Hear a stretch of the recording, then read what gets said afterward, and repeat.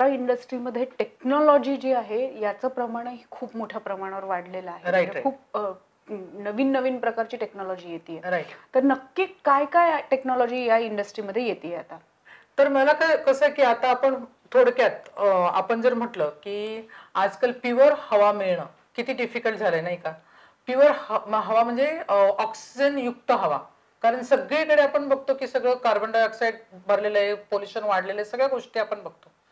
मग तुम्ही बघाल XYZ ब्रँड मोठे ब्रँड्स आहेत, त्यांनी जसे डायसन सारखे ब्रँड्स आहेत, त्यांनी एअर प्युरिफिकेशनसाठी किंवा ऑक्सिजनची मात्रा असलेली अशी एअर आपल्या रूम मध्ये आणून ठेवून दिली.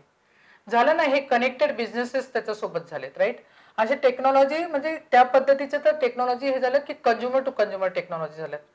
पण आता असंही आलेलं आहे की जसं आम्ही स्वतः माझ्या कंपनीने तर त्याच्यामध्ये ब्युटी म्हटलं, त्याच्यामध्ये स्पा म्हटलं, त्याच्यामध्ये एक योगा म्हटलं, त्याच्यामध्ये मेडिटेशनचं म्हटलं, त्याच्यामध्ये फिटनेसचं म्हटलं, त्याच्यामध्ये न्यूट्रिशन म्हटलं, हे सगळे सेगमेंट इंडस्ट्रीमध्ये आहेत. तर प्रत्येक सेगमेंटला काही ना काहीतरी हालचाल चाललेल्या आहेत. जसं की एक्झाम्पल घ्यायला घेतलं तर माझे स्वतःचा बिझनेसचा म्हणजे माझे ऑनलाईन वेलनेस जे माझी कंपनी आहे त्याच्यामधून आम्ही आता AI लॉन्च केलं, आर्टिफिशियल इंटेलिजन्स. आम्ही ते लॉन्च केलं म्हणजे त्या लेवलला गेलेली. तर जे पूर्वी जे थॉट प्रोसेस होतं ना की नापास झालं 10वी 12वी काही काम येत नाही की चला झालं की ब्युटी पार्लर ओपन करा किंवा काहीतरी हे करा असं, पण आता ही इंडस्ट्री त्या लेवल पासून आता खूप मोठ्या पुढे निघून गेली. तर आर्टिफिशियल इंटेलिजन्सची गोष्ट बोलायला लागलेत.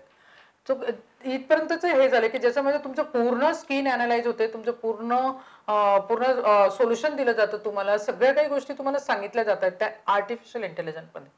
तर हे टेक्नॉलॉजी बेस झालं. दुसरं आता जातंय ते स्पिरिच्युअल लेवल. आता स्टार्टअप्स एक सुरू होतंय. त्या स्टार्टअप्स मध्ये त्यांनी हे घेतलं की तुमचं जे मानसिक तणाव कुठून येतोय, तुम्हाला जे शारीरिक तणाव येतोय त्याचं स्ट्रेस लेवल तुमच्या बॉडीमध्ये किती झालेलं आहे आणि त्यातनं तुम्हाला काय काय परिणाम तुमच्या बॉडीवर होतील, तर त्या स्ट्रेस लेवलला कमी करण्यासाठी काय करायचं तो उपाय देखील असं ते देखील आर्टिफिशियल इंटेलिजन्सच्या माध्यमातून येतंय.